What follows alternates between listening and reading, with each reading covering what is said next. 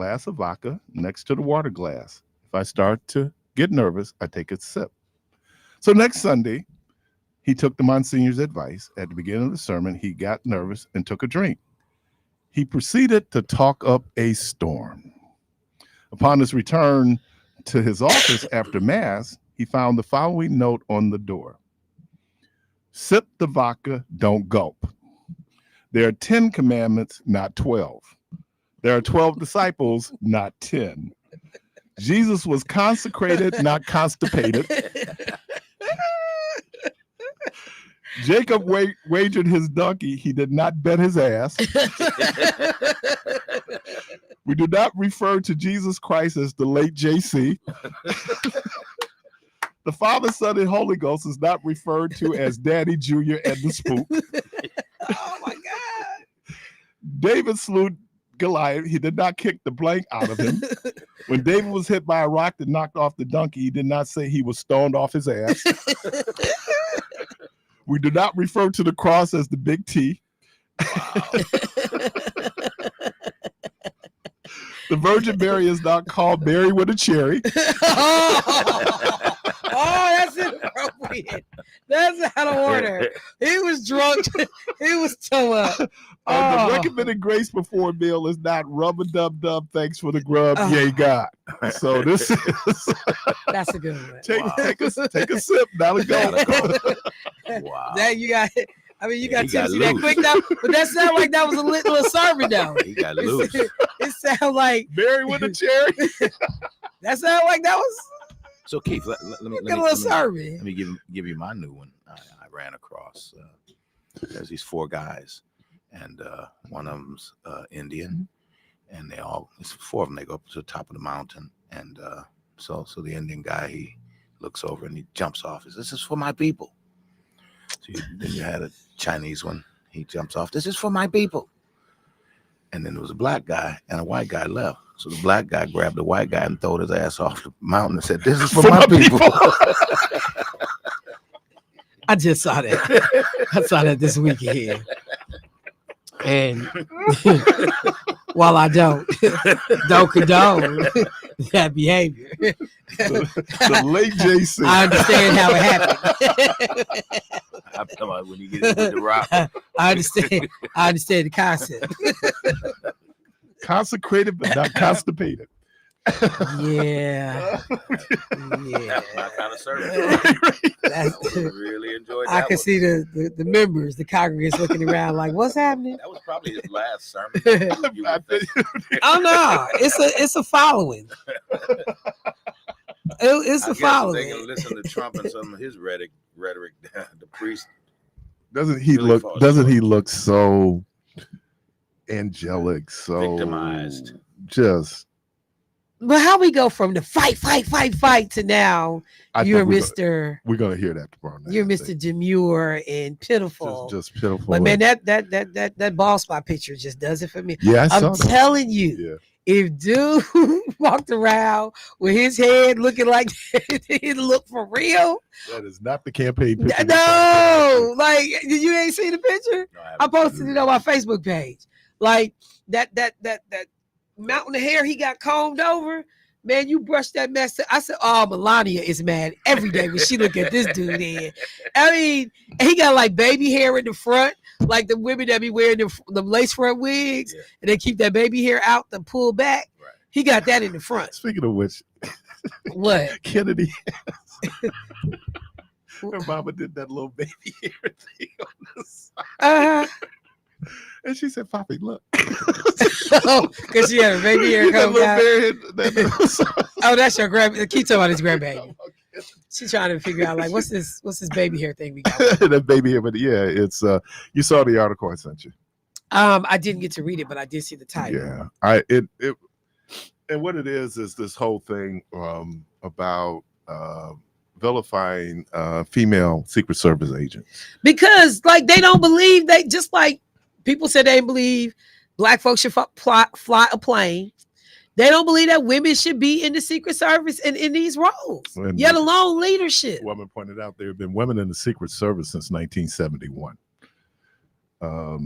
Since 1971, that doesn't seem that But that's what, 50 years? 50 but plus years? You know, and there have been black people in the FBI and Secret Service, whatever that unit was called, since 1905. Yeah, but let's talk about those black people in the FBI. I think it was early 60s. John Kennedy put pressure on J. Edgar Hoover because he would not hire black FBI agents. Right. They could be drivers. He had a driver who he designated as an FBI agent, but he was just his driver. And so then Kennedy put pressure on him to begin to diversify the FBI.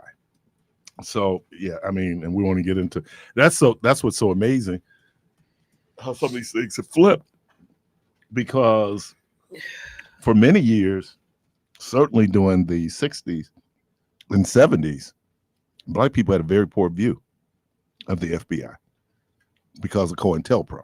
I mean, yeah, just look at how it was used. Right. Even prior to, I mean, that's when we really get, you know, the issues when we start talking about COINTELPRO, but even before then, and how the FBI had been used systematically to harm. When we talked about lynchings investigations, it was all just a whitewash, a cover up, or nothing really was getting ready to happen when these agencies were called in.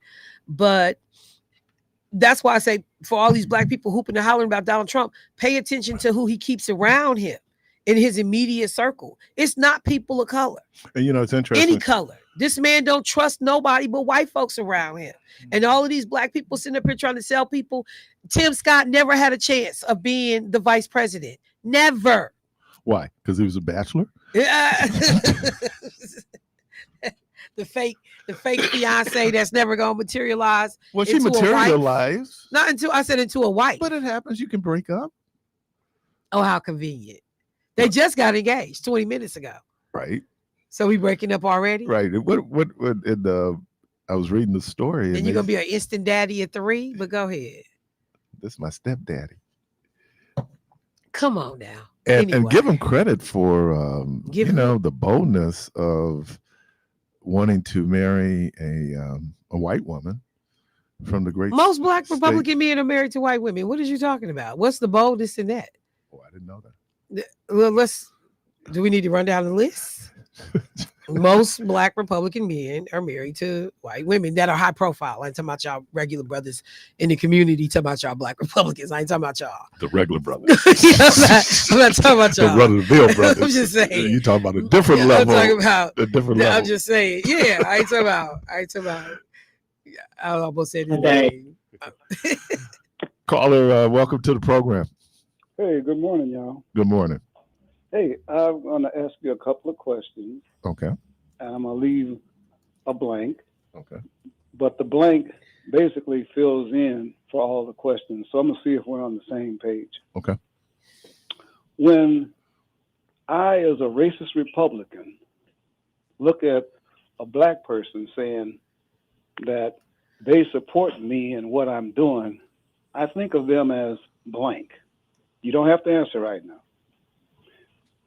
As a black person looking at these black people on the Republican convention stage, seeing all these things to support the Republican Party, I think of them as blank. And my last question is, when Tim Scott did that Sambo thing on the stage with Donald Trump talking about I love you, and he was trying to be vice president, Donald Trump looked at him and said, this N-word's got to be blank. What's the common word? You said N-word. I was thinking like, nigga, please. Let me get back to what do I think. Okay, give me the first question again so I can fill in the blank. I, as a white racist Republican, look at a black person that's saying they support the Republican Party. I think they are blank. I will never tell them to their face, of course. Useful. No, the common word in all three of those is stupid. Oh, I had written it down. You wrote down stupid? There it is, right there. Stupid. Michelle said stupid. Yeah. See, I said useful. Page. So I guess you're going to the convention because it was 3 different. Actually, things. I did go. I went Monday. Oh, Monday. Well, you got to do your homework, man. But he posed 3 questions and wanted that same word for all. Oh, for all. Oh. Yeah. It's so great having Michelle here because she's just a smart. She's just a smart. Yeah, I did go down, and I'm having the same reaction number 10 is having. That, you know, first of all, it was just a sea of whiteness, and it was. And again, I say, like I said yesterday, I have been in predominantly white environments, but this just felt different. Yeah, it's a different vibe that you kind of, you know, that these folks are hostile to your interests as a descendant of enslaved Africans. And let me tell you this, man. I was the only black on a telephone crew out on Ryan Road when Reagan was president. Okay, I was the only black in a garage with 75 other technicians, so I know where you've been. Yeah, and I think there's some other words there that can come up. Indifference. I think that people are indifferent. And here's the piece about J.D. Vance. You know, in America, here's what you do to people. They did it with the immigrants who would come from parts of Europe that the Germans and the English kind of looked down upon. And what they did was, when they first got here, they weren't considered white. No. Right? No. And then they conferred whiteness. They conferred whiteness on poor whites in the South, even though they were poor. I'm talking like dirtball poor. They said, at least you're not a nigga, right? You get conferred this honorary whiteness. Now, here's the deal. The one thing that Michelle and I can never do is we cannot change our complexion. Me neither. You know, you can't change it. But if you're white, you can change your name. And depending on what type of interaction you have in terms of, you can look. So you could be Italian and kind of blonde with blue eyes. So you're no longer, you know, even though you're Italian, you're white. Yeah. And so I think that's how, so when they talk about America being divided, there is a benefit. White privilege is real. Yeah, but I think that kid crawling on the roof is part of white privilege, where he was not perceived at first to be a threat. Right. Okay. Let me climb on the roof. And I'm doing maintenance work, because, you know, that's one of the jobs that the immigrants are coming to take. You know, and so I get up. You don't think that there would be a heightened sense of urgency in terms of get him off the roof? Yeah, but I want to address your historical perspective on the white race, downing the Irish and all that. Mm-hmm. Yeah, they downed them and everything until they needed them to help them attack us. Of course. Then they all come together. You know, they all come together because, like you said, at least they ain't an N-word. Mm-hmm. You know, and they come together to protect that mythical white privilege that they never have and never will have. I think if you've ever, and I think you can pull it up on YouTube, it's called the Original Rainbow Coalition. And it talks about the work that Fred Hampton was doing in Chicago in 1968, 1969. And there's a scene in the room where, you know, you had this dude he's a hillbilly from West Virginia. He'll tell you. He said, you know what? Normally, I don't have anything to do with you people. He said, but when this young man got up and started talking about our suffering, it hit a chord with me. I'm paraphrasing. And then they show how poor white people who migrated from West Virginia and Kentucky, going to Chicago to work, was living in the same conditions as black people who had come up from the South, who was pushed to the West Side. Yeah. Okay. Yeah. One of the reasons why we do not have Fred Hampton wasn't so much the work he was doing with the Black Panthers. That was part of it. But he was also bringing together people who had a like interest. They were suffering. They were marginalized. They were oppressed by the system. It goes back to the Virginia slave codes, the Virginia slave laws that was done in the 1700s. One of the things they did, because they were having revolts with black and white indentured servants and slaves. And so that's when they did the strict separation of white people and African people. Yeah. Because they were pushing back against an oppressive system. You know, those men, most of the men who went and fought in the Civil War for the Confederacy didn't own slaves. Right. But they didn't own slaves. Huh? They were brainwashed. Right. Because they felt. And then here's the other interesting thing, because we always talk about the North. In the North, in New York City, they had draft riots because the Irish didn't feel like they should be going fighting for the liberation of enslaved people, right? And so they're having riots against the draft during the Civil War. Mm-hmm. So, you know, when you look at America's history, but look, I tell you all the time, we get into our feelings about racism, but don't lose sight that there's an economic benefit from racism. And somebody is enjoying that economic benefit. There are some people who argue, oh, we were so much better off during segregation. Wasn't that Byron Donald? When he was talking about the black family? Who's married to a white woman, yes. And he was going on about how we were better off. And I'm going like, no, we weren't. And he said black families stayed together. A lot of black families broke up. A lot of men, because of the pressure. That's why I give like older dudes passes sometimes when they try to do the right thing. You get overwhelmed. Well, he's drinking. Dude was out he's trying to be a man is difficult enough. Well, and look to be a black man in America can be very difficult. And particularly when you're given that time frame. Yeah. Because even what brothers experience today versus what brothers experienced in the 40s, 50s, and the 60s, no comparison. And so, yeah, that's why when, you know, you got Byron McDonald who sits Byron up. McDonald. I mean, Byron McDonald. What's his name? Byron Donald. Byron Donald. Yeah, you know, who sits up, you know, making these assumptions. And then, you know, you look over and be like, bro, you ain't even married to a sister. Like, and I'm not saying you have to be. Should we hold that against him? I just said, I'm not saying you have to be. Well, you can also tell Byron McDonald. But you ain't damn the authority, no. You can tell him while he's here, let's go down on 5th and Center and let you tell these people what you up here saying. Come on, Byron. Yeah, you know, like the idea that you in some way want to hold up all these good things that you're going to do for them.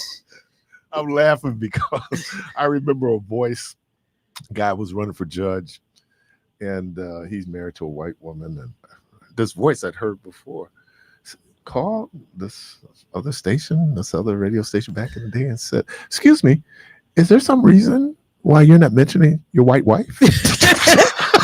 Who was that? Are you saying that was me? I'm just saying I recognized the voice. You said that was me? Because it was true. He lost that. He was not mentioning it. He was trying to keep it from the black community. Like, look, boy, don't nobody care about who you married to. Yes, they do. But just say who you married to. Do. Most black people got somebody in their family that's married to a white but that don't person. mean that it's still cool. But what's cool. not cool is to be playing the race card with your white wife standing in the corner that you won't show her. He didn't. He didn't want to bring her out. What office was he running for? Judge. Pay attention to most of the brothers that's judges and who they married to. Judges. I'm just saying. Most. I say all. Just pay attention. Pay attention. The ones I know, the 4 of them that's down because there's not a lot of black male judges. Oh, you're right. Except for one. Okay. This guy is no longer. Well, and that was the issue for some black men with Kamala Harris. Yeah, they was salty because she was married to Doug. Like, but the first gentleman, Doug. Y'all ain't salty about nobody else. Y'all ain't salty about, y'all was salty about Kobe. Y'all was salty about Kobe married a Hispanic woman. Same thing. So Jelly Bean passed. Yes, he did.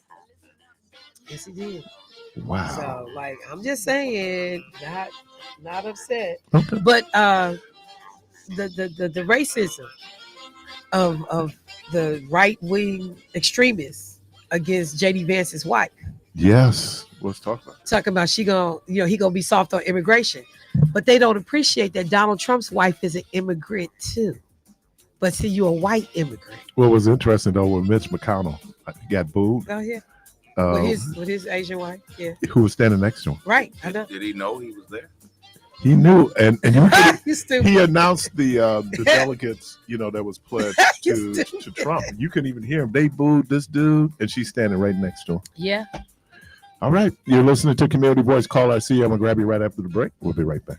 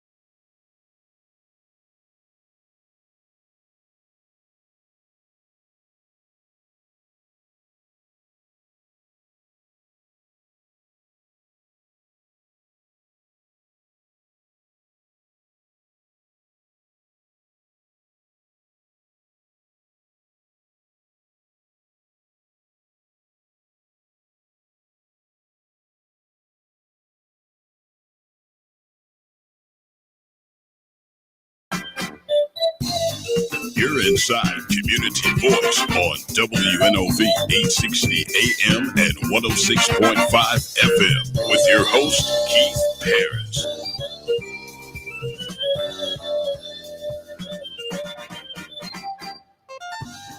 All right, welcome back. And you can see I'm in uniform today. So you and Mary both. She's wearing her uniform as well, but she's down at the RNC right now. Is she? Okay, yeah. Well, it's not.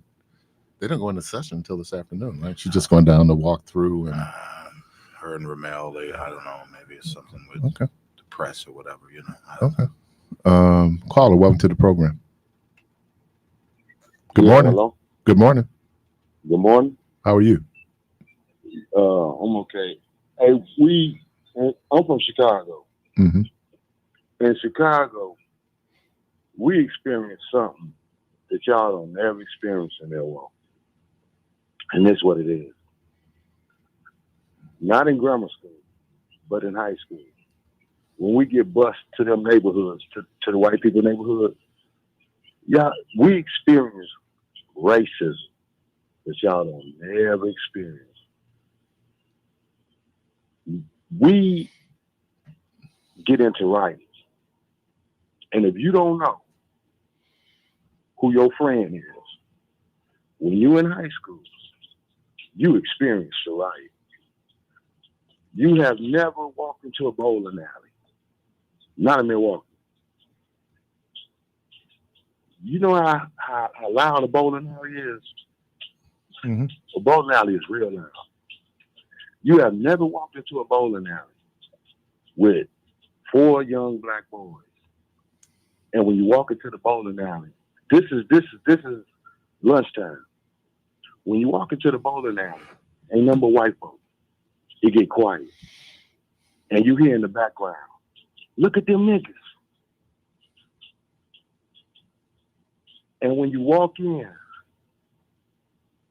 is you know who's who.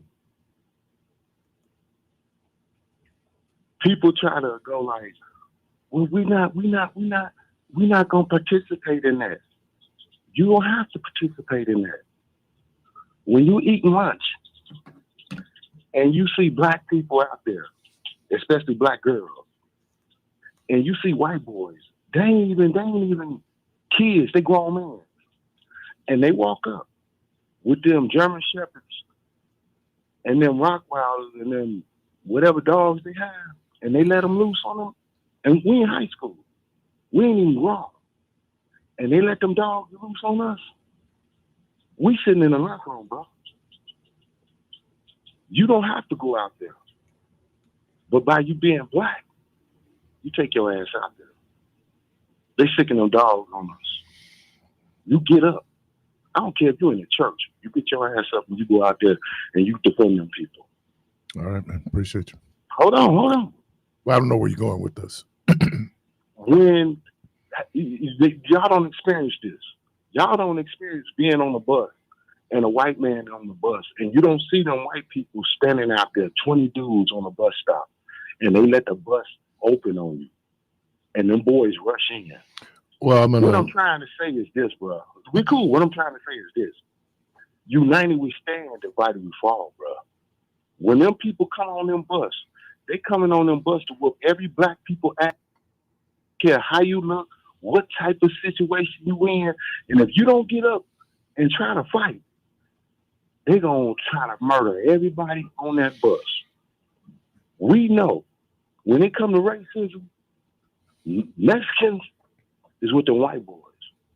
Puerto Ricans is with us. And what I'm trying to say, bro, is united we stand, divided we fall. That's it. All right. Appreciate you. Let me just give him a little clarity on the record here. Folks who were in the late 70s, early 80s, when we were real in the throes of desegregation, they were catching. As a matter of fact, we had greasers who went up to Washington High School, specifically to fight Madison High School, Bayview High School. When we started sending black folks, you can have people talk about when the first larger number of black folks got to tech. So no, Milwaukee was the same as every place else when it came to this. Got to hear my brother talk about going to Bayview in 1978, and he was saying that no. So I got it. It's everywhere though. It's everywhere. Talk to the good folks in Boston in the mid 70s when they did their whole desegregation piece, and it looked like something out of the state of Mississippi, the way that those particularly Irish people reacted, because there's always been a very difficult history or relationship between the Irish and the descendants of enslaved Africans in Boston. It is the amazing thing. It was something that I don't know if you said it or someone said to me, said no matter where you go, you were talking about Vegas, you will find economically black people will be at the bottom of that economic ladder. I don't care where you go. If you go in the Caribbean, you will see the darker the people, the lower they are in the caste system. So, it's crazy. I told somebody it's crazy that I'm doing the 60s in my 60s. Because you would have thought. Think about that. Yeah, you know what I'm saying? I mean, it's crazy. Caller, welcome to the program. Good morning. Oh, you got me down. I'm sorry. You are? Yeah, there you go. Good morning. Yes, sir. I was just listening, and it is a complete misnomer.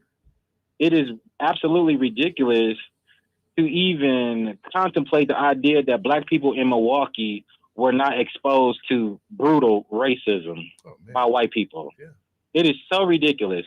We were met by racism in the classrooms, on the school bus, going to the movie theater on the South Side, getting chased by white boys, me and my sister primarily, trying to go buy a submarine at Clark's to go watch a movie because there were no theaters where the Black people lived. I had a white teacher at Vincent High School. Her name was Miss Daniels. She kicked me. And I didn't know why she kicked me, but I was like, if I was to knock her out, how would that play out? So I just left. So you people from Chicago who think that Black people, when you came here with that mentality, and you came here to abuse and take advantage of Black people that you thought were weaker than you. Wait. Yeah. You're being pejorative. That's not true. Come on, man. Not all of them. The only good thing that came out of Chicago are the members of the Nation of Islam. Thank you. Wow, that's it? Told you. Because he did. Caller, welcome to the program. Yes, good morning. Good morning. Yeah, I was just calling in to make a comment, just to respond to the gentleman from Chicago. So I was born and raised in Milwaukee, and 1971, my mom moved us out to Northridge Lake. We were one of the very first Black families there, and we fought against greasers for the following 15 years every day.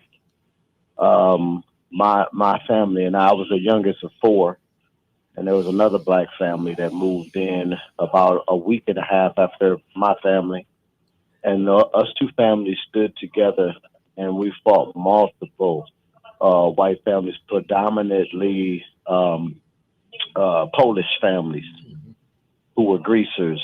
I can remember being 10 years old, being jumped by a 20-year-old.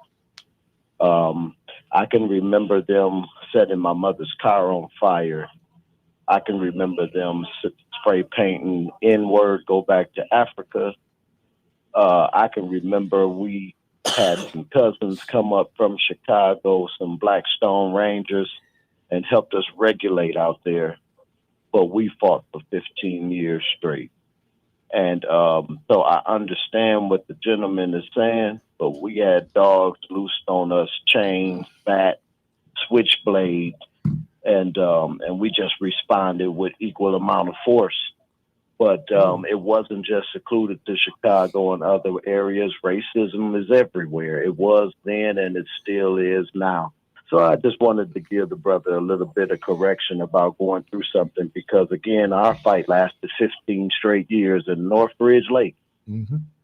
And we ain't going to even talk about the people who historically tried to cross that 16th Street viaduct, right? I mean, that's a little piece of history in Milwaukee that people miss, that where we were really on the forefront. And then when you look at our percentage of population, it was what, 10-15% of the population? Father Grappy, Val Phillips, Hook. I mean, there were people out there who, Prentice McKinney, people who were, I mean, they literally put their lives on the line. And one of the fascinating things about Milwaukee and our history is those open housing marches started after I want to say, it was after the riots. They did 200 consecutive days of marching. And so it could have been after the riots in July of 67. So we all have our history. It's real interesting when you talk to people. I had classmates from DC who had a very different history, right? Because DC, I'm talking about the District of Columbia, not people who lived in Maryland, Virginia. Black people were the majority. Right. But they were still marginalized. Right. So it wasn't a question of you going to a white school, because all the schools were Black. Right. And then the white people who lived in the district were sending their kids to private school. Right. And there's some great private schools there. Well, the Obamas went to Sidwell. Yeah. So I'm just saying, you're right. Thank you for that we all have our histories. take into context or put into context where you are geographically, population, the whole piece. But yeah, those marches, it was. I mean, what they used to call the 16th Street Viaduct. Absolutely. And if I might say, yeah, they said it's the longest bridge in the world because it bridges Africa with Poland. Yeah.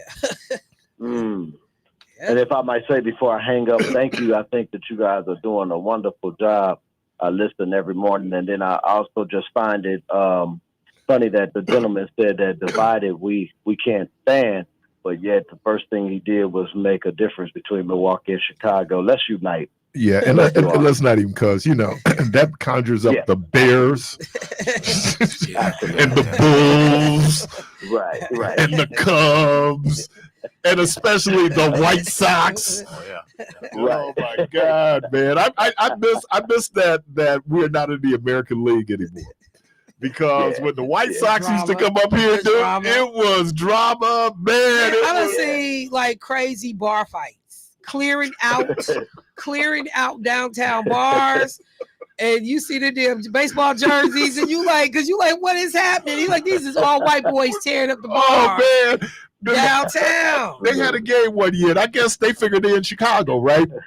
So all these White Sox fans decided to park their cars over, there's that little thing that goes over when you go in and you can merge into 140, is that 175, going Miller Parkway? Yeah. So there in Little Ridge, they decided they were going to park their cars there and then walk to County Stadium. Oh, they had a surprise when they got back. They towed all those cars. White Sox, and look, we didn't have a team because, we lost the Braves in 66. So the White Sox used to come up and do exhibition games. Right. Matter of fact, the first time I ever saw Reggie Jackson play was with the A's, and the White Sox was here.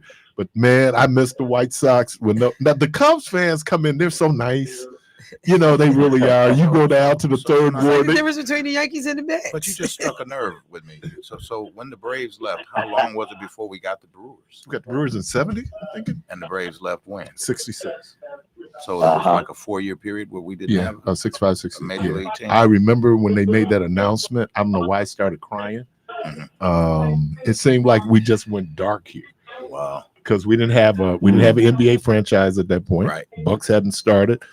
And the Packers team from Borchard Field, where did they go? Borchard Field was the Brewers. Was it Brewers? I think it was like that team before they became like the Brewers. But it was minor league baseball. I didn't know that field existed, and we built our church right in that neighborhood. That's how segregated Milwaukee was. You didn't go beyond your neighborhood, right? And the only places that you would find where could be peace would be in schools or churches, right? I want to be clear. When I came here in the 90s, there were people. I came here. In the late 80s, 86, 87. So yeah, late 80s, early 90s. I was talking to bros, and I would be like, yeah, I'm going to go to so-and-so and so. They was like, we don't go over there. This was in like 89, 92, 93. Brothers was talking about, we don't go over to the South Side. We don't go here, Michelle. And I just was so dumbfounded by that. I was like, what do you mean? Man. But growing up in New York, my experience. Yeah, but a lot of that was predicated. I mean, let me tell y'all a story. I was on my way to work. I worked in Brookfield, and my little Geo Prism, little red Prism, not a Prism, broke down on the side of the road on me. Well, this beautiful white Brookfield police officer pulls over behind me. Hey, you can't leave your car here. What's going on? I said, it just quit. I don't know. She said, well, where are you going? I was, I'm headed down here to Barker Road. I'm going to work. She says, I'll tell you what, I'll push you. So she gives me a big push, right there on North Avenue. It's downhill. So once she gets me going good, I'm chugging along. By the time we get to Barker Road, they got squads on each side. Some good Samaritan had called and said that she was chasing me. Oh, wow. I said, why did they have all those? Somebody phoned in and said that you were fleeing. I'm like, but you were pushing me. Yeah, I cleared it all up, but. What about the Tulsa? That's racism at its best. What about the Tulsa cop though that pulled over the young lady with her grandson who was black? Yeah, because they thought she was kidnapped or something. And that's what I want to know: are you safe? Are you safe? So we already are perceived as a threat, even when you're a child. You know, I mean, it's. But here's the other thing. But even beyond the white neighborhoods you didn't go into, if you didn't live in a certain black neighborhood, you don't venture over that way. I'm just telling you, you ain't from that hood, you're gonna have a problem. We found that out the hard way when we went down to Lapham Park. We just going down to Carver Park to swim. You ain't got no business down there. Yeah, man. We got. It looked like everybody from the projects came out to rob us, man. You know, but it still wasn't the same thing. Though. No, it's different. But I'm just saying, you knew. Now, the interesting thing was when I started at the county, they were diversifying, and so they had an office on 15th and National. Right? It's a rooming house. Now it was a rooming house before we got it. So I thought I was going to go to the old Isaac Coggs Center over here on the old Fifth Street School. Mm-hmm. That's where I wanted to go, man, because I'm on the bus, do the Center Street bus. Yeah, man, they said, Keith, we sending you to the South Side. And I cried. Why? Because we didn't work on the South Side. This is 1984. Setting him up. Yeah. But no. And then you know what happened? We were over there because I came out of South in 84. There you go. But you know what happened? What's that? I loved the South Side. Oh, yeah, South Side. So when they told me I had to go back to Valete, I'm like, why? I love the South Side. I cried going back to Valete. Yeah, I mean, because what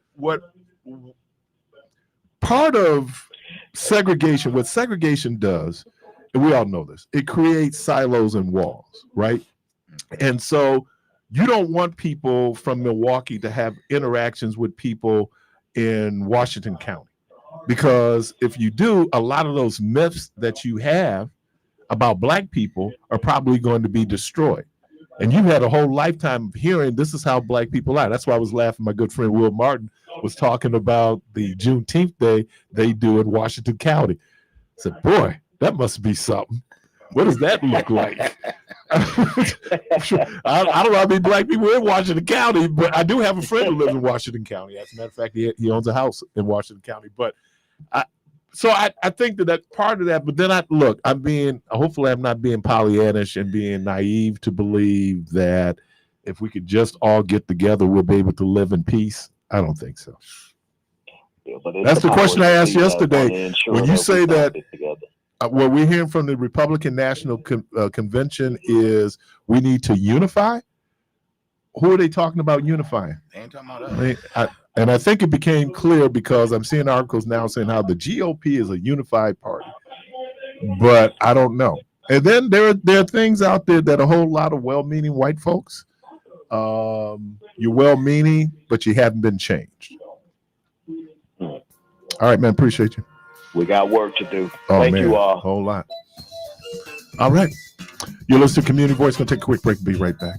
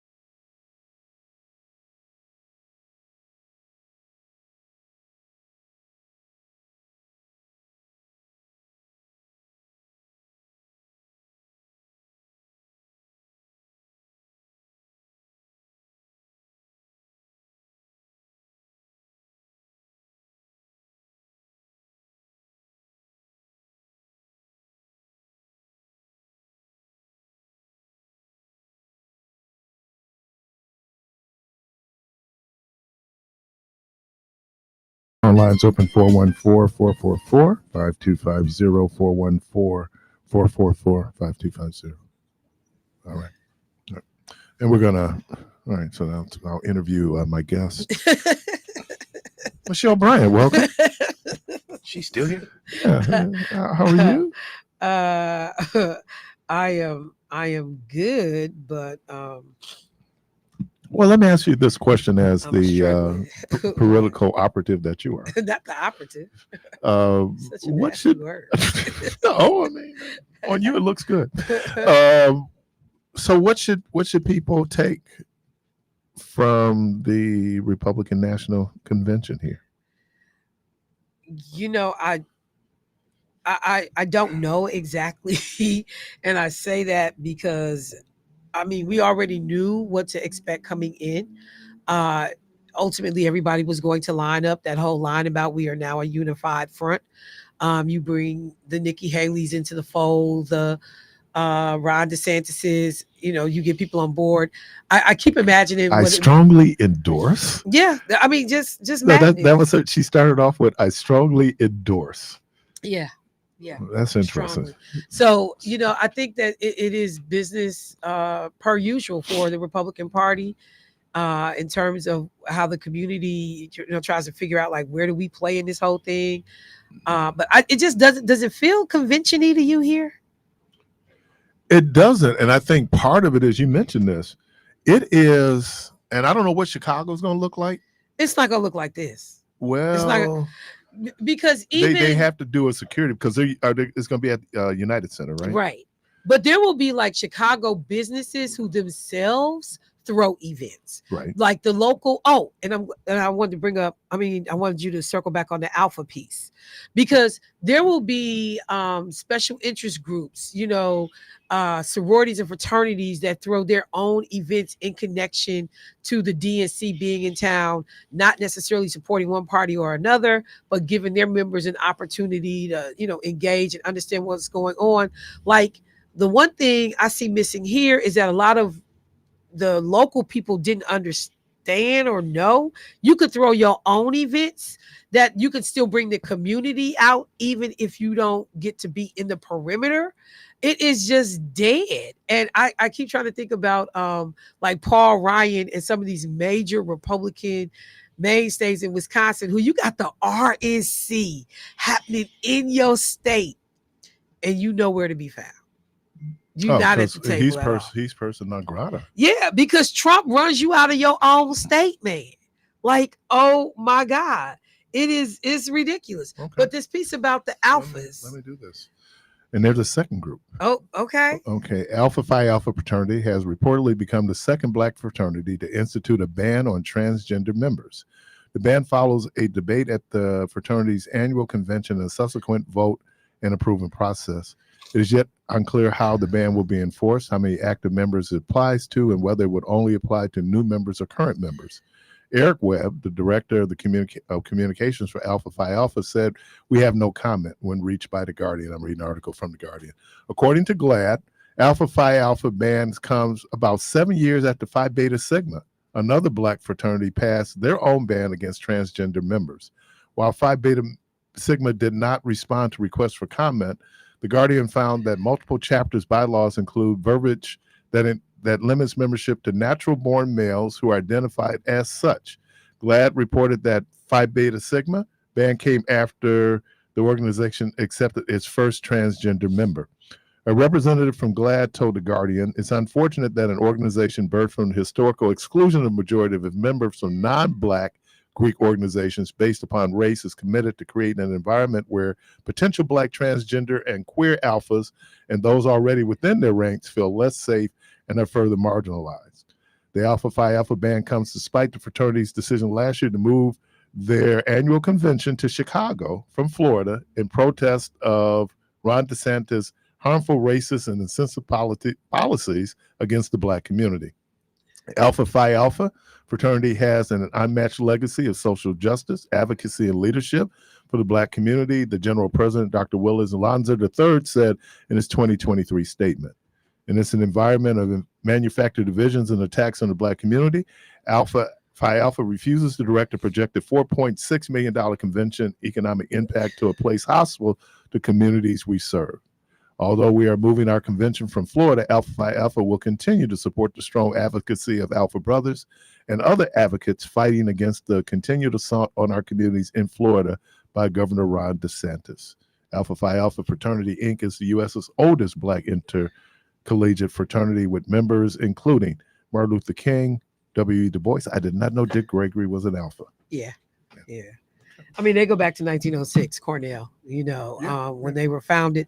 And it's so funny because trying to wrestle with that, like I remember when the first time I actually ever saw a white Delta.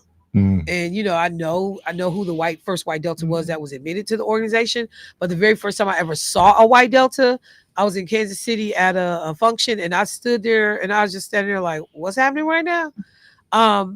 Because you think about how these things were founded and started, but I don't know. That's interesting. I mean, I saw my first Alpha in Miami. Every time we go down for the March of Dimes, Alphas really support. A lot of the Black Greek does. Okay. And there's white Alpha. I saw two. Now these could have been very, very, very light Black, but this one dude was obviously white. Okay. And that's an interesting piece. Doug had come in and asked us, had we heard people talking about this whole transgender issue there at the convention? Right. And this whole idea that you have men who are transgender who wants to compete in women's sports. And so that has been one of those rallying cries. I just can't figure out though, like where you actually, I mean, because I would think as private organizations, you get to set the standards for who can come into your organization, who can pledge, but it is a struggle. And I'm sure there are LGBT, I'm sure that there are gay men who are part of Alpha Phi Alpha. There are, I know so. Of course, and because every organization. Yeah. So it's interesting. The original report I saw, I didn't know that it passed.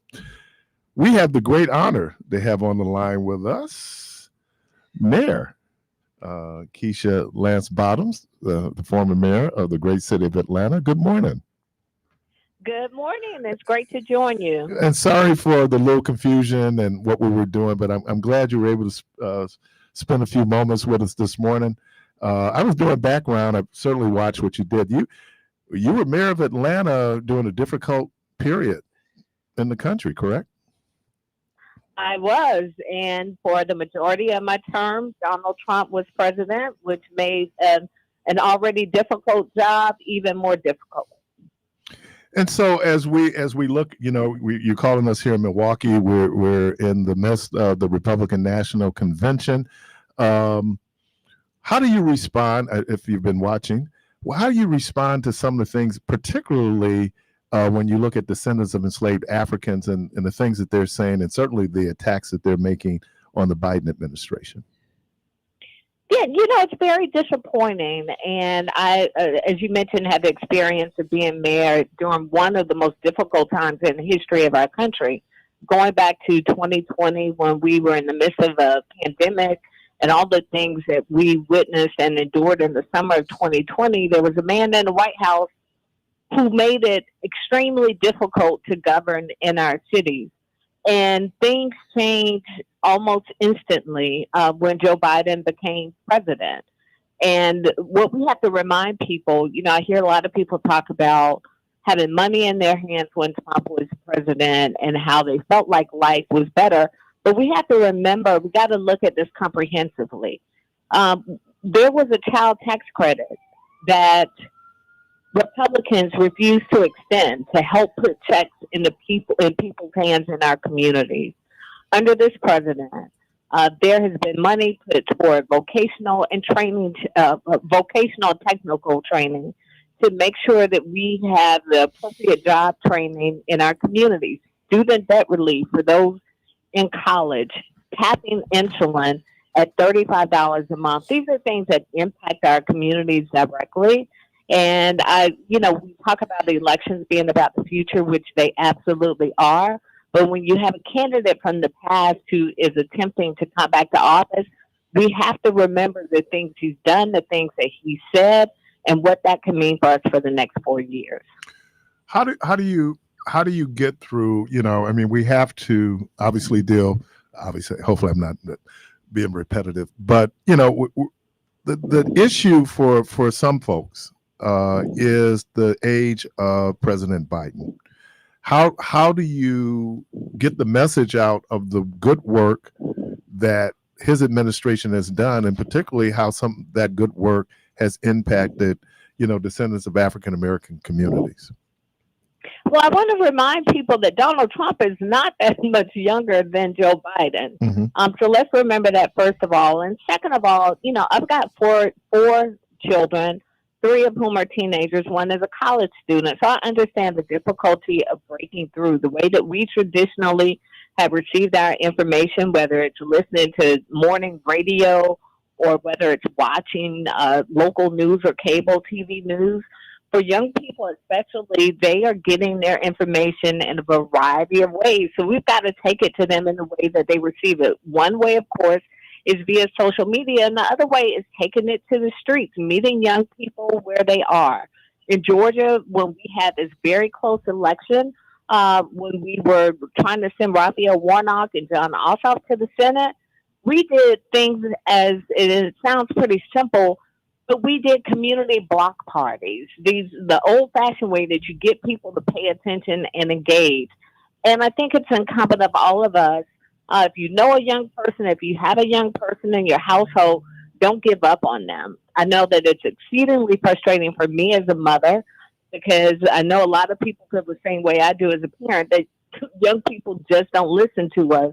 But when I think about Joe Biden, I think about the wisdom he has. I think about my mother. My mother is one of the smartest people that I know, and it comes from her wisdom. So some people look at it as age, as something that we should run from and be afraid of. I look at it as wisdom and experience. We watched Joe Biden give that almost hour-long press conference on NATO, mm-hmm. and the way that he talked on the world stage about issues that we all should be concerned about, that's what I want to see in my president, and that's why I'm supporting Joe Biden again. There is there are these identified constituencies out there. You have the one group, the double haters. They don't like Biden. They don't like Trump. But then there's another group I'm really concerned about, which is the couch. And because in Milwaukee, we've experienced the couch in terms of the impact it could have on an election. We saw that in 2016, where we had 40,000 people who voted in 2012 who decided not to vote in 2016. And that became the margin of victory for Donald Trump. So what about the people who are just, it don't really matter? They're going to just stay on the couch. What messaging do we have for them? Listen, this is the same conversation I have in my kitchen with my 22-year-old about, if you're so disillusioned that you don't vote, that's just like voting for the other guy, because part of this plan is to make us so disillusioned that we stay home. Mm-hmm. And in staying home, we really are voting against our best interests. So you look at how the world changed when Donald Trump became president in 2016. You look at Wisconsin. You look at that margin of victory and the difference that it could have made. Well, since 2016, he had an opportunity to appoint 3 justices to the Supreme Court, rolling back Roe with the Dobbs decision that now says, in my lifetime, the things that my mother had access to, autonomy over her body as a woman, my daughter doesn't have the same autonomy that my mother had. These are things that make a difference in our communities. And I just caution people not to become so disillusioned that in sitting at home and staying on the couch, that you are in fact voting against your own self-interest. You don't have to show up and vote for the other guy for it to make a difference. When you sit home, it makes a difference.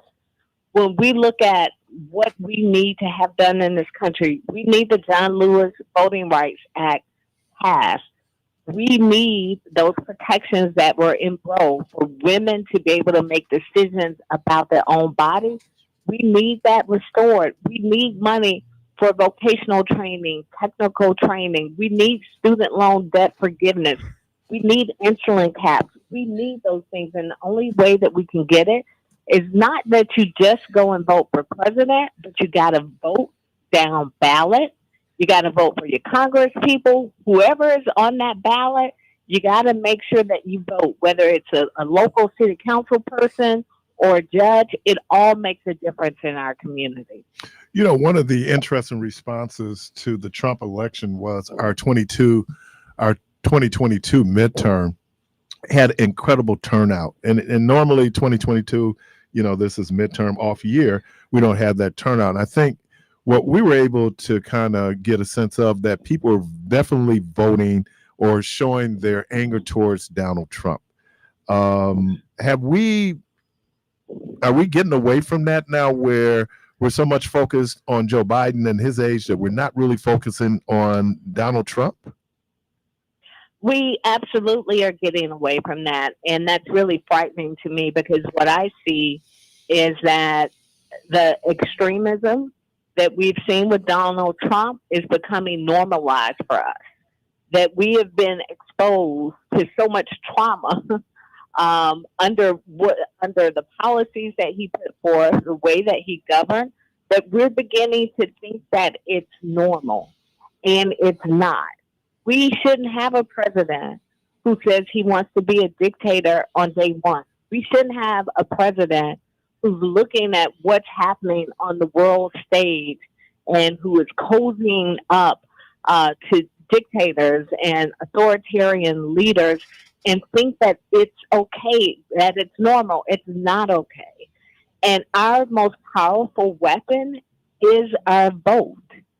And if we don't show up, if we sit this one out, we're going to have 4 more years, and people need to remember what those 4 years were like and all the ways that the world changed in those 4 years, including a president in the midst of a pandemic who stood in the White House and told us that we should consider injecting bleach into our arms. Is that what we want to go back to? And you mentioned something earlier, and I'm hearing this, that we had money in our hands when Donald Trump was president. I think the little thing that a lot of people are missing was Donald Trump benefited from Barack Obama's recovery. And it came to full fruition during the Trump administration. So it wasn't anything he had did in terms of some great economic policy to put money in people's hands. It had everything to do with the fact that Barack Obama had saved us from the brink of financial collapse in this country in 2008, 2009. No, you're absolutely right. He had the benefit of coming in after a very strong administration, and an ethical administration, a responsible administration, that had put things in place, that had put economic policies in place that allowed the next administration to reap those benefits. The Biden administration did not have that benefit.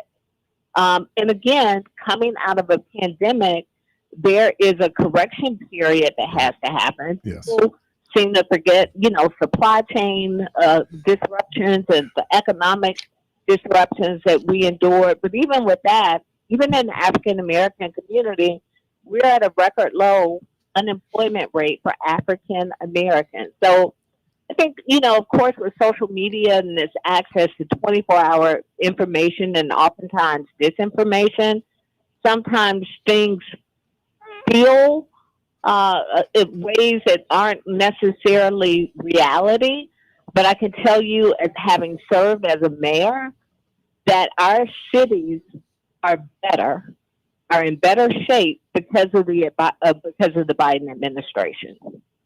I was I was very excited when I heard that we were going to have this conversation with you, and so as we're going to do some background, Major Lance was your dad. Major Lance is my daddy. Oh. didn't get any of his musical talent. Okay. You know, my rhythm's a little challenged. But yes, I'm very proud to be the daughter of Major Lance. I was going, and because first of all, I think you just got one of the cool names, right? That Keisha Lance Bottoms is just a cool name, and I just never made the connection. And I go, oh, Major Lance, that's her dad. Wow. Yeah. From Chicago. Just a great man, wonderful daddy, and I'm very proud to be his daughter.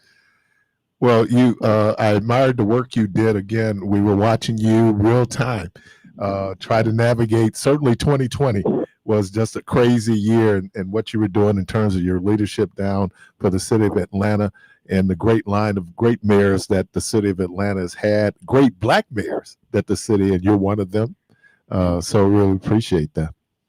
And appreciate you. Well, thank you so much. Mayor Keisha Lance Bottoms, and she's here again as part of support of the Biden-Harris administration. You're a Delta? Is she? Yes, Your soror is sitting in the studio with me, and she just did the Delta side. Oh, she's a Delta? Yes, you all have all the facts. I love it. Did you want to? The little known Black history facts. There you go. There you go. Hey, Sora, how you doing this morning? Good morning, Sora. Look, I'm Spring 90 Beta Alpha FAMU chapter number 8. My girl, I'm out of Wichita State's Fall 86, number 3 on the line. Well, nice to talk to you, Sora. You too, fam. And thank you again, Mayor Bottoms. We appreciate you, and hopefully we'll talk to you again as we go forward in the campaign. I hope so. Thank you for having me. All right. You all take care and be safe. All right, you too. Bye-bye. Bye-bye. I didn't know she was a Delta. Mm-hmm. Walk like a boss, talk like a boss, Is baby. that right? we can't help it. What was your line name? I am not gonna tell you. Oh. I am not gonna tell you. Did you have a big sister that didn't like you? Oh, I did. I bet you. My big sister actually was trying to date my son's dad. Okay. Before I became, I got online. I didn't know her. And then when everything happened, because me and my son's dad went to college together, and we was like, oh, and to squash stuff, they ended up making her my special big sister. So we ended up being cool. But man, when I first came on, wasn't nothing pretty. It was not I don't nice. know. One of my friends. Yeah, my name is atrocious. And I don't know what sorority she was with, but she said they called the sister drop kick. Big sister drop kick. Well, it's funny because my big sister name is Big Sister Thunder and Lightning. Okay. So people be like, oh, Big Sister Thunder and Lightning coming through. And like, who we talking about? They was like, that's your name, Michelle. Like, they gave me that name. I had no idea. I didn't name myself that. Other sorors named me that. But nah. Huh? Thunder and Lightning. Yeah.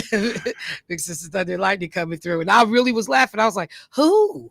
Who's it? It's like you. I was like, oh, I didn't know. School days, I think, was great in terms of in a lot of different ways, giving you Black college life in such a way. Now, of course, one of the backstories was because Spike Lee is an alumnus of Morehouse College, right? He made a deal with Morehouse College. Originally, they were going to shoot on the campus of Morehouse College.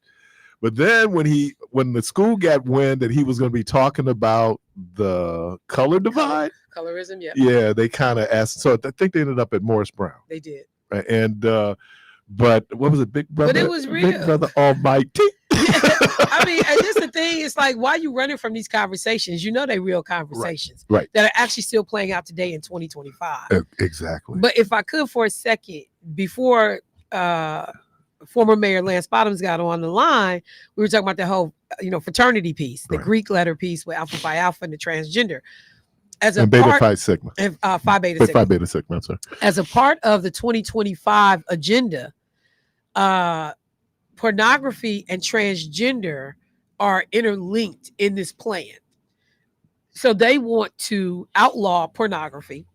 What? And this whole piece about Clarence Thomas is not going to vote for that. I'm just telling you. The one thing Clarence Thomas has always supported was pornography. They want to criminalize pornography. One of the things they say is pornography manifested today in the omnipresent propagation of transgender ideology and sexualization of children. They always think in children to try to scare people in terms of somebody being transgender. So then they're now saying no transgender in the U.S. military, you should be able to discriminate against transgender people in the workplace.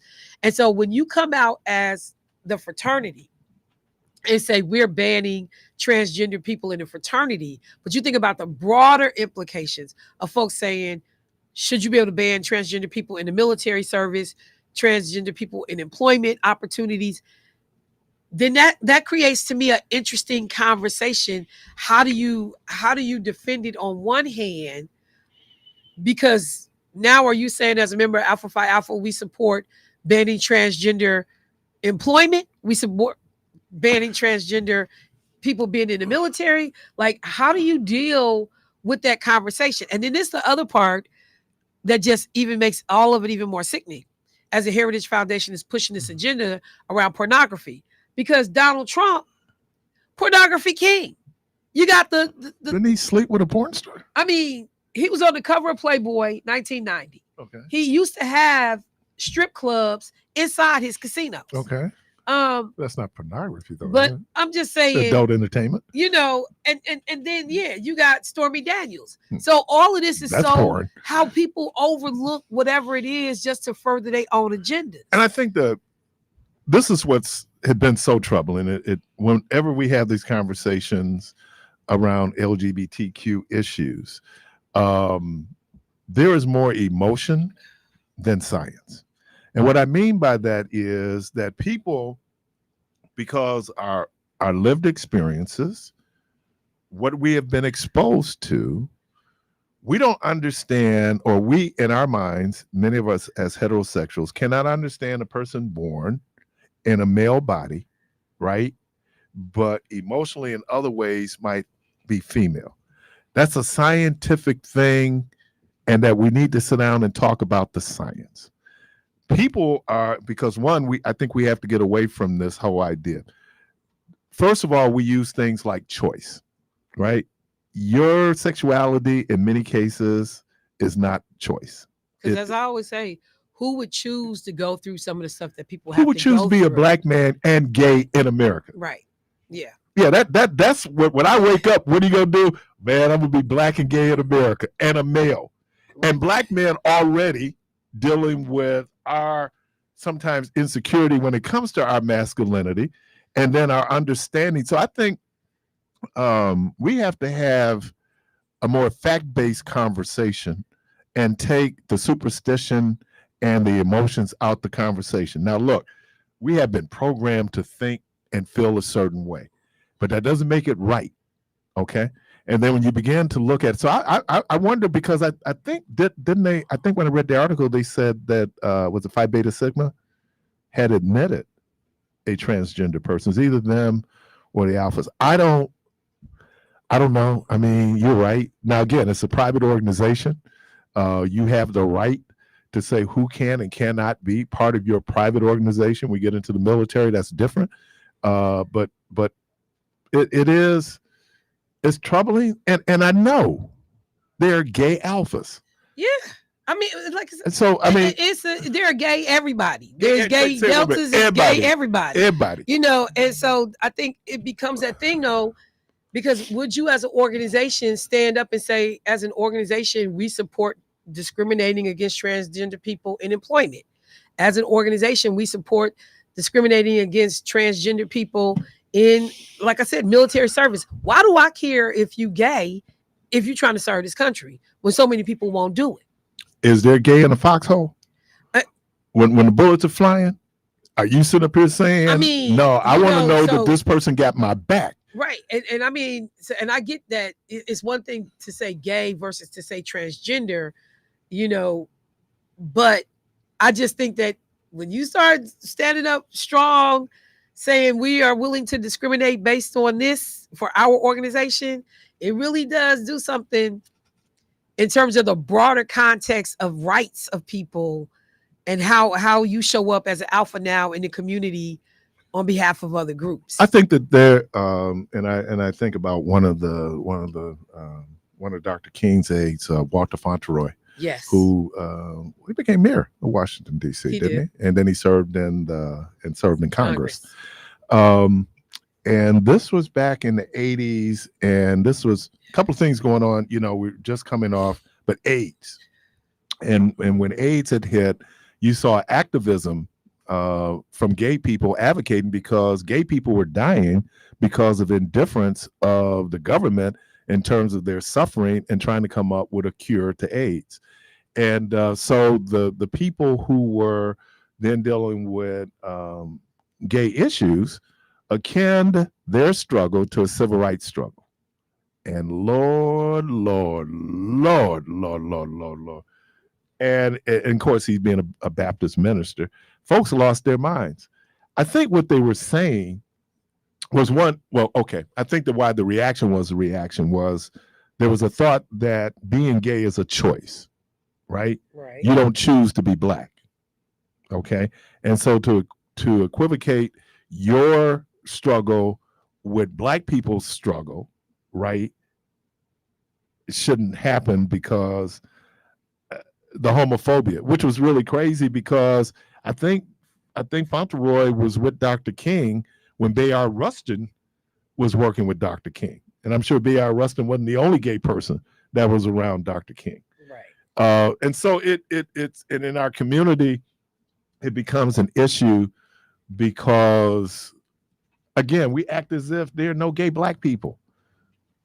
I mean, it was just like when the sister called and said she was upset that Biden was going to restore benefits to the military folks? To the military folks that had been ran out of the military because of their sexual orientation. And she's like, all the issues that we're facing as black people. But I'm like, but there are black people that are going to be impacted by his decision. Exactly. This is not exclusive of our group, our family, our race, our community. Like these things are intermingled. And one of the interesting things was the pushback that you were getting from military brass. The one term that you heard that was consistent with black people and Hispanic people was that if we bring these folks in, it's going to work on, I think the term was unit cohesion. They said it about black people. Right. They said it about gay people. Right.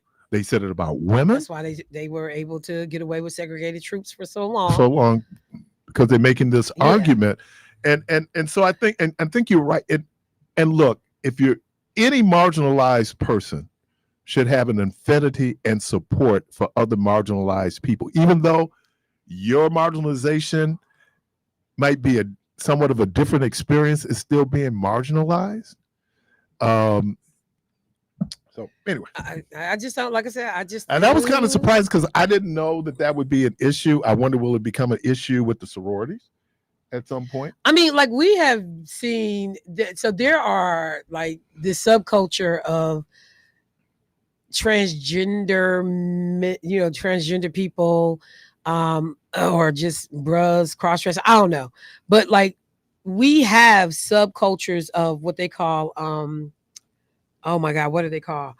They are men who identify with being AKAs. And so they wear the pink and green, they do their whole thing, and and Deltas have them too. And I can't, is it Miyakas? It's some word. If Rep Myers was listening, she could tell me. But there's a whole subculture. And I mean, like, bruhs, whatever, they identify like AKAs, but they're all men. And they do all of the stuff that like a sorority would do. Now let's even get back to even the idea. I don't know. Part. I won't get into that. I just won't. I just think it's interesting. Again, Miyakas. That's Miyakas. the name. Miyakas. Okay. Yep, that's the name. And it's an acronym. It stands for Men Interested in AKA. It's called Miyaka. You're listening to Community Voice. The phone lines are open. 414-444-5250. 414-444-5250. Quick break. We'll be right back. Yeah.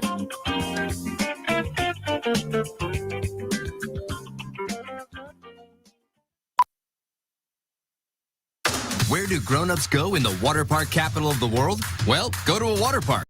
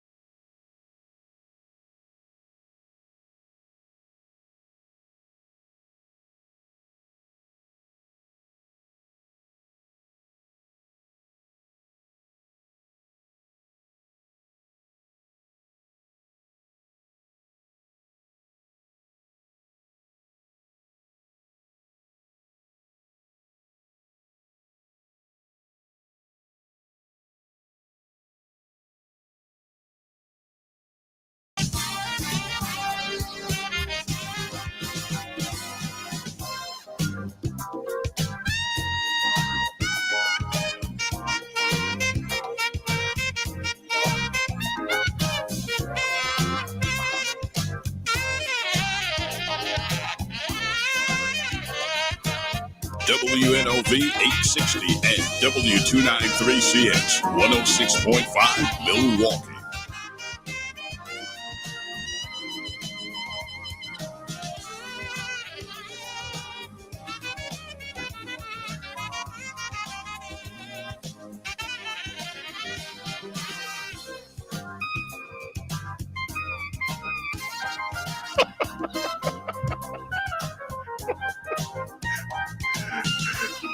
All right, welcome back to Community Voice. Caller, we thank you for your patience. Welcome to the program.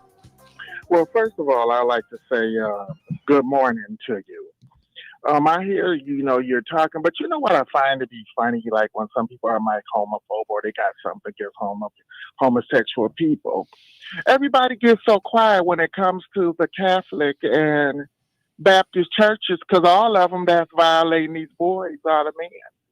It was also a study that majority of these men who have molested these boys also have some type of dealings with bestiality. And 84% of men who have molested and have some type with bestiality was white. I also find it odd and very funny and very peculiar when it gets rich, when it comes to pastors in the back seat with 10-year-old boys, or they have a bunch of men with breasts on their back in them undercover parties in D.C.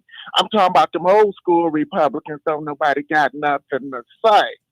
But then when they want to come up with all these backdoor chronicles when they get in that taco crack. So, I just find it to be peculiar and very funny because when it's a duck, it's a duck. Quack, quack. Also, I heard earlier, when people talk about certain things, see, they don't judge people by their integrity and their character. They judge them by their label.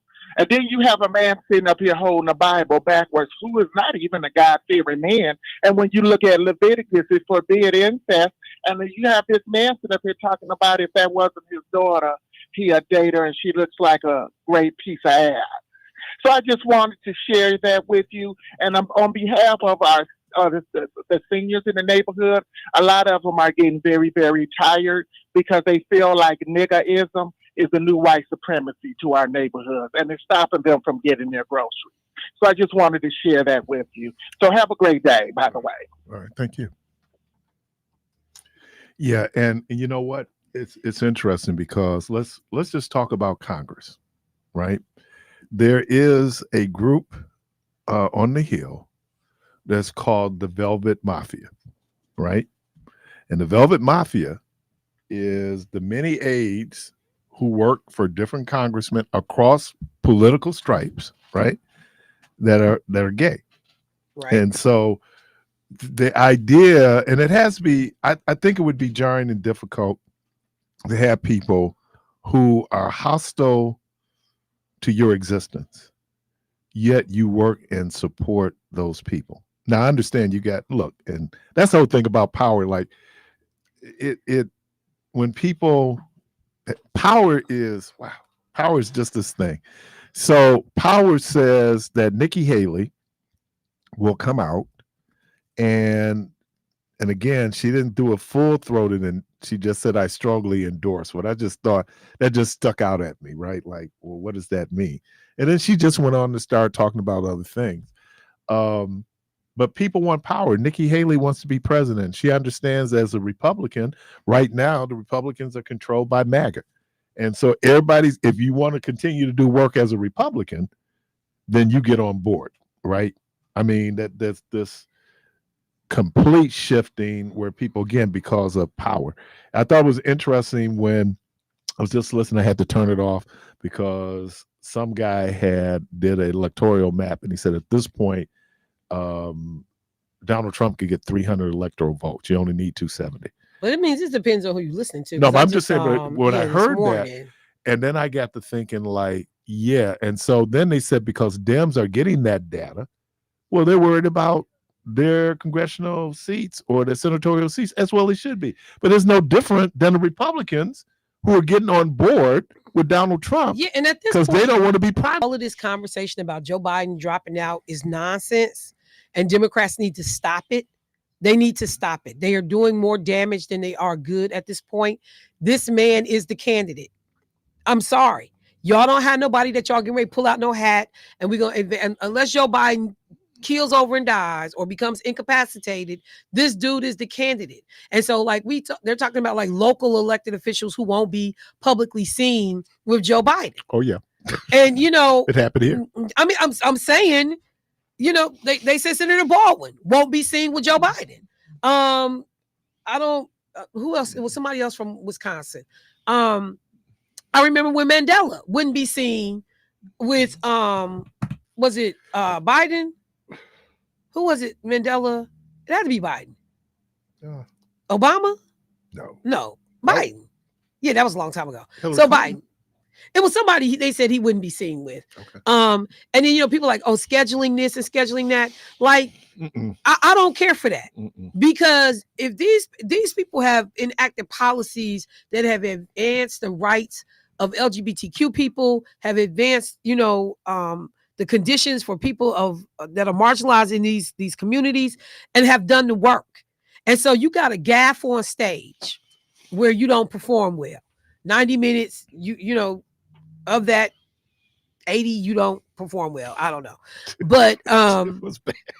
It wasn't all 80 minutes though, or all 90 minutes. It was pretty bad. But you got a 3.5-year record to stand on. There's no way as an elected official I would let it be said that I don't want to be seen with this particular individual, because this man has done the work. But there's no way I would do that. But just like would have been the midterms, so we're talking 20, would it be 20 or Trump 2018? Trump was a drag. Yeah. And so and that's the whole piece now, because we're not just talking about the presidency. But he was a drag for real reasons. Well, okay, I got that. For real reasons, like horrible policy, horrible individual, horrible morals. He was a drag for real reasons. Let's do the political craft on this. Right? Okay, let's. So the top of the ticket is either a benefit or it can be a deficit. Here's the example. There were some people in districts where Obama wasn't very popular, some of those folks in swing districts. Yeah. And so they weren't taking any pictures with Obama. I know. So I'm just saying that's how the business is done. And that's why I don't do well in a lot of arenas in politics, because there is that phrase, no permanent enemies, no permanent friends. Yeah, but there's certain pictures issues you don't want to be in. But I'm not gonna do that based on, like, if you trifling, I don't want no part of you. But if you're not trifling, I just got to contend with the fact that I got some racist people over here who don't like a Barack Obama, or I got some sexist people over here who don't like a female, I'm not making my decisions based on what these people are doing. Because, like, Tammy Baldwin, I don't think is in any danger of losing her seat. I just don't think so. Right. And so I don't think there's a huge political risk for you to be seen with Joe Biden. I just don't. Hovde is not going to beat Tammy Baldwin. Okay. I just don't believe that. Okay. But what I also pay attention to is I pay attention to how you treat people that have been there, that have done the work. That matters to me. It does, but Barack Obama and Jeremiah Wright. Barack Obama clearly knew that what Jeremiah Wright did or said or his sermons wasn't how they were characterizing them.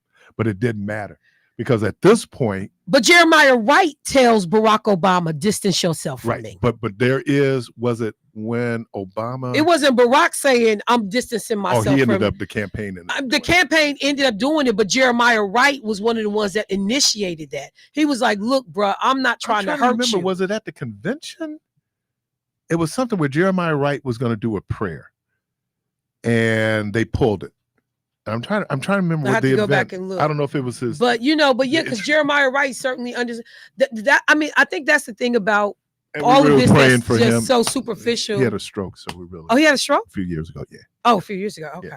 Yeah. But I think that's the part about politics that just is so frustrating and superficial for me. Like all of this stuff. Like I had somebody tell me, you gotta know how to play the game. I don't like playing games. Right. But I'm saying I don't like playing games. But when we're having, because you and I now are having a political, technical, this is what you might hear in back rooms, because the bottom line, and look, people are visual first, and then it's up to us then to be abstract, go into, oh, this is bigger than what I see.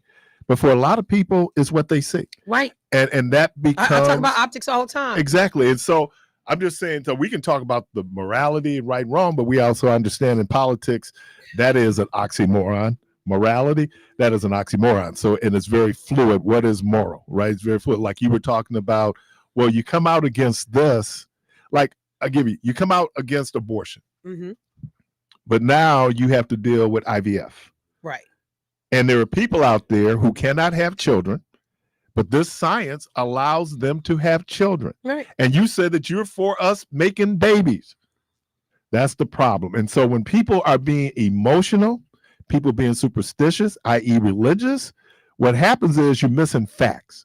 And then you create the slippery slope. Oh, or what was it? Unintended consequences, right? Everybody thought, okay, overturning Roe, that's what we really wanted.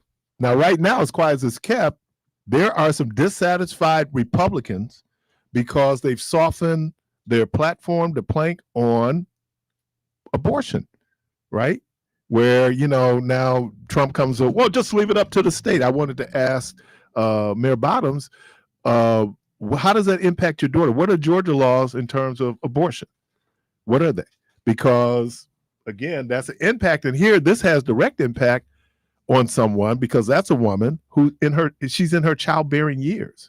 It should be up to me as a man to determine what a woman should do with her body. Not the man, not even as a government in terms of, I'm not going to get beyond, and we say woman, but we need to also say girls, because I'm not going to get over a 10-year-old child is raped by a family member and then forced to have that baby. And only because there were people and she was in a state in which she would have been forced to take that pregnancy to term. Right. This child was taken out of state. And then that abortion was able to be performed for them now to say they were trying to come after the doctor. But I just dare any of these people to watch their own 10-year-old. That's fourth grade. Mm-hmm. You watch your own 10-year-old child get sexually assaulted by somebody out here in these streets or a perverted family member, and then you gonna make that little girl carry that baby to term, and the emotional, mental trauma that you taking that child through, and you can sit here and tell me like, oh, it is what it is. Oh, well, she'll get over it. Oh, well, get her therapy. These are things that some people never come back from. Exactly. And look, and how dare you think that's okay? And if we don't think that the circumstances of your birth doesn't have impact on your psyche, you're wrong. Because it really it does. I mean, you have such so wow, I'm speechless. How does that happen? Caller, welcome to the program. Good morning. Good morning again, Mr. Parris. Thank you for allowing me to call back in. Yes, sir. I was listening to you guys. Yes, sir. And I'll be fast if I can. But I'll be intelligible. Hopefully. You all were talking about something concerning the orientation of a person's sexuality a moment ago. And I wanted to make it clear that if you are a black person and you are a homosexual, those two things are not synonymous. And if we're talking about factual things, we have to add into the equation. You said they're not synonymous? What does that mean? That they don't go one with the other. Just because you're black, that does not mean you have a predisposition to be homosexual. And I would like to add this as well. And you might not necessarily have a predisposition to be heterosexual. It depends on the dice. I would like to add this as well concerning what happened to us when we got here in 1555. Plantations, literal plantations that existed for the purpose of effeminizing and emasculating black men. When the black man was brought here in 1555, the strongest of them was brought before the people, and the Caucasian penetrated his posterior. Rape is Christopher. Yes, that's rape. Rape is sexual violence. Totally. Yes, but sir, rape is sexual violence. Is not based on sexual orientation. It's based on violence, control, and humiliation. That was commonplace during ancient times where people would go in, and I agree with that, but that's not the cause of homosexuality. Mr. Parris, what I'm saying to you is this, is that what happened to our people, this idea of homosexuality, it was bred into our people here. I don't know. And I'll tell you this. I don't know. And I would dare say this. There could have been gay people when we were. There was a Jew on the YouTube that said that they are the inventors of anal sex. Okay, man. All right, man. I appreciate you, man. Let's stay with the science, man. You know, I mean, I don't know. There could have been, but it seems that every culture in the world, every ethnicity in the world has gay people. Okay, I mean, it doesn't that because it's biology. For every rule, there can be an exception to a biological rule. For example, the vast majority of us have melanin, right? And then we have something called albinos. So human beings, but it's an exception to the general rule of people having melanin and what that complexion looks like. So, I mean, it's okay. The world ain't going to come to an end because we acknowledge the science. The world could come to the end then based on ignorance. So when just acknowledge it, you might not be down with it. Okay, cool. That's the whole other piece, because that's what really it is. I don't get down like that. Therefore, I should stop anybody else who's getting down like that. That's nonsense. You know, and then the get down becomes very fluid. I'm not going to get into too deep because I know we have religious people, but so the fluidity, again, when you start talking about the sexual spectrum and where people are, you know, a lot of people, let's say in the 40s and 50s, there were people, 60s too, maybe up to 70s, a lot of pressure for gay people to get married. You know, gay and lesbian people, so they got married. That was a societal expectation because society always believed, erroneously, that if you are accepting of homosexuality, men are going to stop wanting to have sex with women and they're going to have sex with men. That is not true, because that ain't what drives it. You like what you like. Your orientation is your orientation. You fall in love with who you fall in love with. And so the fact that you tried to ban, people have tried to ban homosexuality has not stopped it. It must be something there stronger, right? And as you pointed out earlier, Michelle, if I'm a black man living in America, why would I heap even more on me, you know, to be gay? Because it ain't cool being gay, black or white. But certainly when you black, because again, and that's why then you have people who, you know, when the download came out, I think that came out, 2001. I remember reading that article in the New York Times. And the interesting thing was gay black men or homosexual black men would not say that they were gay or that they were homosexual. No. They said they had sex with other men, yep. Right? Because the connotations of being gay, the connotations of being homosexual is that you're weak as a man. Yeah. I mean, just think about that. Like literally, it was easier to say, or not easier, but it seemed more acceptable to say I have sex with other men than saying I'm gay. Which changed the whole epidemiology approach when they were dealing with AIDS, because if they were talking to black men and say you're a gay man, he go no. Yeah, say no. No, I'm not gay. And I remember that used to be a part of the like I don't know how many times I remember people would be like, oh, that's so gay. That's so gay. Right. And I mean, so gay took on a whole different you know, kind of. But it was always pejorative. It was never positive. It implied weak. You know, and then here it didn't even become about sexuality at some point. It was about weakness. It was about inferior. And then you find out that some of the most physically imposing masculine people on the planet are gay. Well, or you find out that some people that, you know, present themselves as strong, robust, whatever, is weak, like Donald Trump. Right. The dog is weak. Right. He ain't gonna bust a grape. Right. Can I mention something before your show is over? You sure can mention something before my show's over. Today is the John Lewis National Day of Commemoration and Action. Today's his birthday? What is it? I don't know if it's the anniversary. It's something they're celebrating the anniversary of. Okay. But in honor of John Lewis, there are events happening all over the country about the passage of the voting rights bills that we have been talking about. And in fact, I had my t-shirt on this morning and took it off.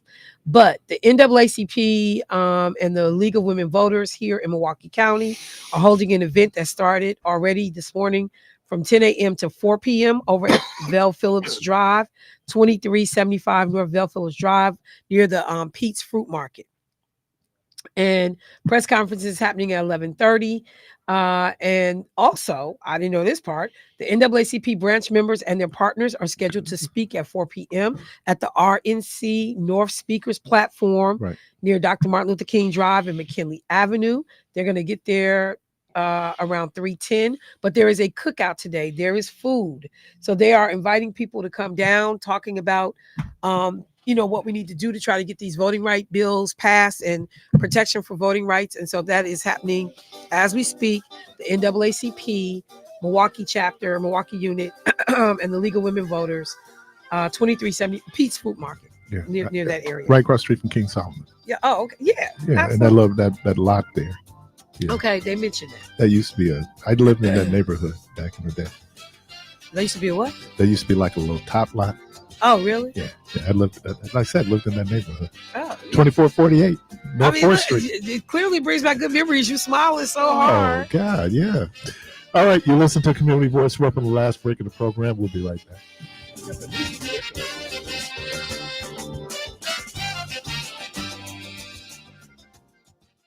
Tune in to More Than That, Gia Peppers Live, this Saturday, July 20th at 9 a.m.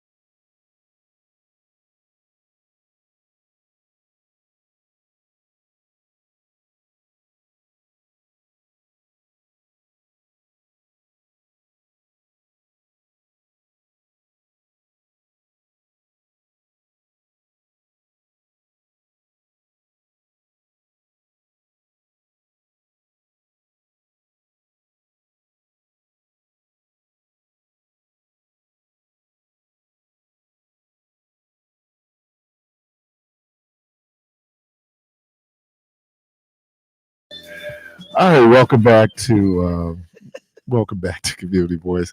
What did Mayor Bottom say? Y'all do y'all research. I said, yeah, well, that's what we do. And just in case, I guess Ronnie Jackson, Dr. Ronnie Jackson. You ever remember he was White House physician? His name ain't Jackson? Yeah, it's Ronnie Jackson. Is it Jackson? Jackson. What did Trump call him? Was he Johnson? Ronnie Johnson? Trump did not. R-O-N-Y. So Ronnie worked on Trump's ear. Why is that bandage so big? Dude, that's what I'm saying. He got a whole ear cup on. I mean, what did it do that much damage? Hell no, I didn't do that much damage. He out here trying to elicit some sympathy. That big old thing on his ear, his wig all messed up now. I was looking at the picture. I said, you look a whole fool. You know dang well. You could have put a Band-Aid on that, huh? He walked out to the wrestling music. He ain't about to do that. And the crazy thing was they were playing some groups that do not support Cool in the Trump. Gang, celebrate. Oh, I was there when that came on. Yeah, people was like, but Cool in the Gang be authorized. Well, first of all, that is white America's party anthem. Well, true. That it ain't never been their party anthem, though. Oh yeah. No, oh yeah. No. I tell you, it goes back. There is a Ron Parsley, who is Columbus, Ohio, huge church there. I think it's the Harvest, World Harvest Church there. Great hillbilly preacher.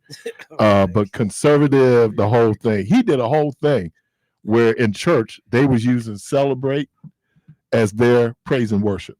Well, all I know, white people love that song. I would love no business playing I would love to talk to Cool and say, man, when you wrote that song, did you think white people were going to celebrate the way it's like when Dinah, celebration. I mean, it did become, they really just co-opted it. Yeah, and you don't even see a lot of black people play it anymore now. I mean, we still jam with it, but not the way white people. It's their thing. So it's like Michael Jackson Thriller became their jam. Yeah, man. It's like that's the wedding song at every wedding. Certain songs come on, but man, and you hate to be pejorative, but I've been to. Okay, now you just heard pejorative 17 times today. Say, man, that is so your word. I'm gonna need you to get another word, bro. What does pejorative mean? Tell them what pejorative means. It's a negative. It's a negative attribution to people. So you kind of say all black people are. So when you're generalizing. When you overgeneralizing in a negative way. Yes. Yes. It was one of our Wednesday words back in the day. All I'm just saying, you that's your jam. You love that word. Because it's so appropriate. You love that word. Let me thank Miss Michelle Bryant. Thank you, dear. Thank you, Let me thank Mayor Keisha Lance Bottoms. Debo, thank you. Carby, thank you. What up, Jay? To all the listeners, we thank you. Good Lord willing, creek don't rise. Hope to talk to everybody tomorrow. And as always, go from this place in peace.